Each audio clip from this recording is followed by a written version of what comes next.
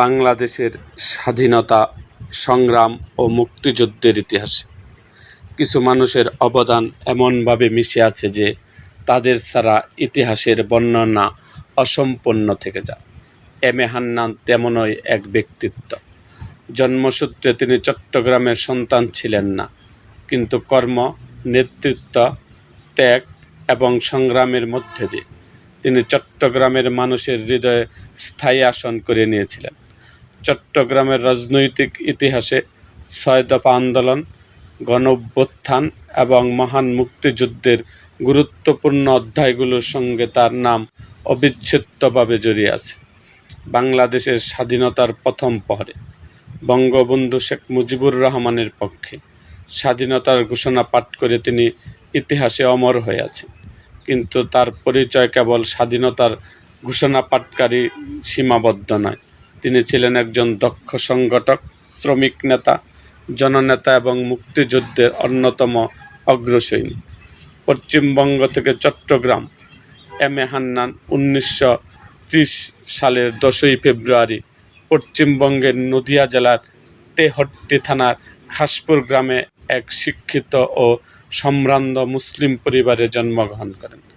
তার পিতা মাওলানা মোহাম্মদ হাবিবুর রহমান ছিলেন ব্রিটিশ বিরোধী আন্দোলনের কর্মী এবং পরবর্তীতে পাকিস্তান আন্দোলনের একজন সক্রিয় সংগঠক। দেশ বিভাগের পর পরিবারসহ পূর্ব বাংলার মেহেরপুরে চলে আসেন তিনি। সেখানেই তার শিক্ষা জীবনের গুরুত্বপূর্ণ অধ্যায় শুরু হয়। পরবর্তীতে উচ্চশিক্ষার জন্য ঢাকায় জগন্নাথ কলেজে ভর্তি হলেও পিতার মৃত্যুর কারণে আর্থিক সংকট নেমে আসে পরিবারে।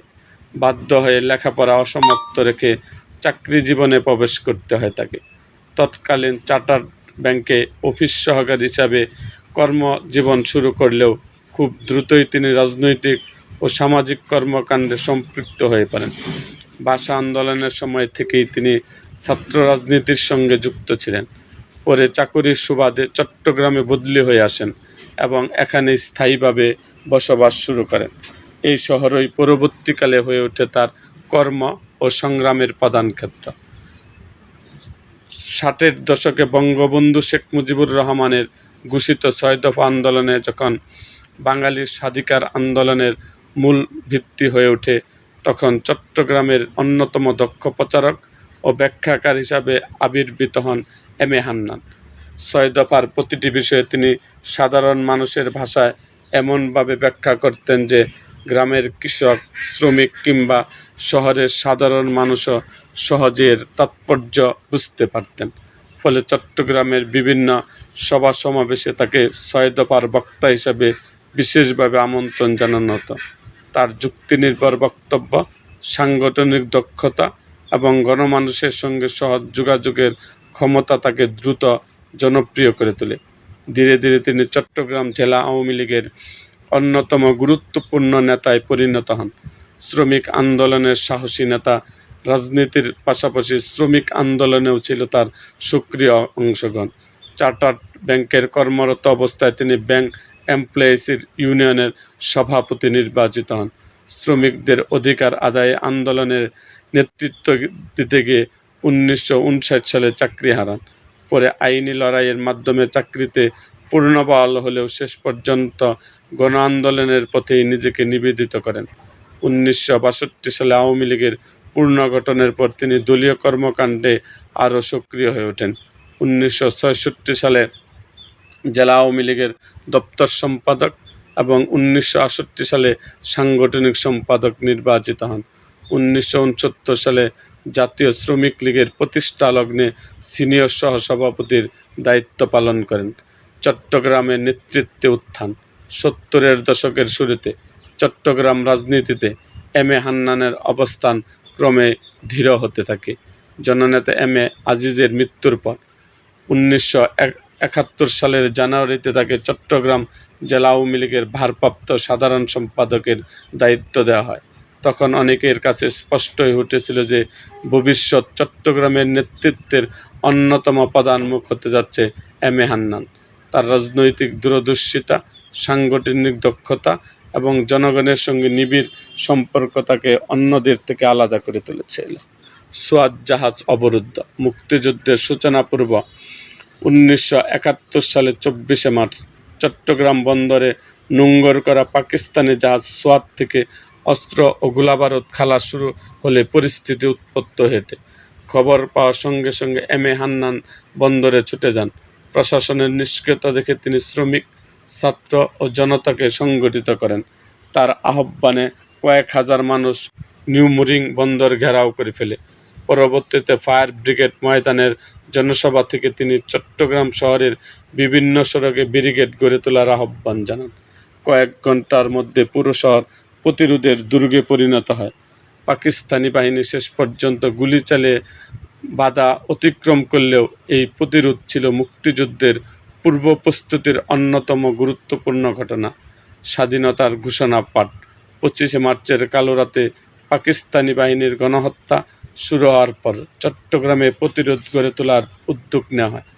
26 মার্চ সকালে বিভিন্ন স্থানে যোগাযোগ ও পরিস্থিতি পর্যালোচনার পর সিদ্ধান্ত হয় বঙ্গবন্ধুর স্বাধীনতা ঘোষণা জনগণের কাছে পৌঁছে দিতে হবে। সেই ঐতিহাসিক দায়িত্ব পালন করেন এম.এ. হান্নান। চট্টগ্রামের বহদ্দারহাট ট্রান্সমিটার কেন্দ্র থেকে তিনি বঙ্গবন্ধু শেখ মুজিবুর রহমানের পক্ষে বাংলাদেশের স্বাধীনতা ঘোষণা পাঠ করেন। তার কণ্ঠে উচ্চারিত সেই ঘোষণা মুহূর্তে মুক্তিগামী বাঙালির কাছে স্বাধীনতার বার্তা পৌঁছে দেয়। পরবর্তীতে 28 মার্চ বঙ্গবন্ধুর পক্ষে পুনরায় স্বাধীনতার ঘোষণা প্রচারের ক্ষেত্রেও তিনি গুরুত্বপূর্ণ ভূমিকা পালন করেন। এ সময় তিনি মেজর জিয়াউর রহমান, আতাউর রহমান কায়সার, মির্জা আবু মনসুর সহ চট্টগ্রামের নেতৃবৃন্দের সঙ্গে ঘনিষ্ঠভাবে কাজ করেন। মুক্তিযুদ্ধ পরবর্তী জীবন। মুক্তিযুদ্ধ চলাকালে এম.এ. হান্নান আগরতলা যান এবং হরিণা যুব শিবির প্রতিষ্ঠায় গুরুত্বপূর্ণ ভূমিকা রাখেন। স্বাধীনতার পরও তিনি শ্রমিক সংগঠন ও আওয়ামী লীগের রাজনীতিতে সক্রিয় থাকেন। তিনি বাংলাদেশ রেল শ্রমিক লীগের সভাপতি, চট্টগ্রাম জাতীয় শ্রমিক লীগের সভাপতি এবং বিভিন্ন শ্রমিক সংগঠনের গুরুত্বপূর্ণ দায়িত্ব পালন করেন। 1973 সালে আন্তর্জাতিক শ্রম সংস্থার ILO সম্মেলনেও বাংলাদেশের প্রতিনিধি হিসাবে অংশগ্রহণ করেন। অসময়ে প্রস্থান। একজন সম্ভাবনাময় জাতীয় নেতার রাজনৈতিক জীবন দীর্ঘ হয়নি। 1974 সালের 11 জুন চট্টগ্রামের এক সড়ক দুর্ঘটনায় গুরুতর আহত হন তিনি। পরদিন ফেনী হাসপাতালে চিকিৎসাধীন অবস্থায় মৃত্যুবরণ করেন। মাত্র 44 বছর বয়সে তার এই আকস্মিক মৃত্যু চট্টগ্রাম সহ দেশের রাজনৈতিক অঙ্গনে গভীর শোকের ছায়া নেমে আসে। ইতিহাসের অমর নায়ক। বাংলাদেশের স্বাধীনতা সংগ্রামের ইতিহাসে এম.এ. হান্নানের নাম উচ্চারিত হয় গভীর শ্রদ্ধার সঙ্গে। তিনি ছিলেন স্বাধীনতা ঘোষণা পাঠক, মুক্তিযুদ্ধের সংগঠক, শ্রমিক আন্দোলনের সাহসী নেতা এবং চট্টগ্রামের গণমানুষের অকৃত্রিম বন্ধু। আজও চট্টগ্রামের রাজনৈতিক ইতিহাস, মুক্তিযুদ্ধের ইতিহাস এবং আওয়ামী লীগের সংগ্রামের ইতিহাসে তার অবদান উজ্জ্বল হয়ে আছে। জন্মভূমির অন্যত্র হলেও কর্ম ও ত্যাগের মাধ্যমে তিনি চট্টগ্রামের মানুষ হয়ে উঠেছিলেন। স্বাধীনতা 55 বছর পর এম.এ. হান্নান আমাদের কাছে শুধু একটি নাম নয়, তিনি সাহস, নেতৃত্ব, দেশপ্রেম ও আত্মত্যাগের এক উজ্জ্বল প্রতীক। এরকম আরও ভিডিও পেতে আমাদের মুক্তাগাছার ইতিহাস মিডিয়া ইউটিউব চ্যানেলটিকে সাবস্ক্রাইব করুন এবং পাশে থাকা বেল আইকনটি বাজিয়ে দিন।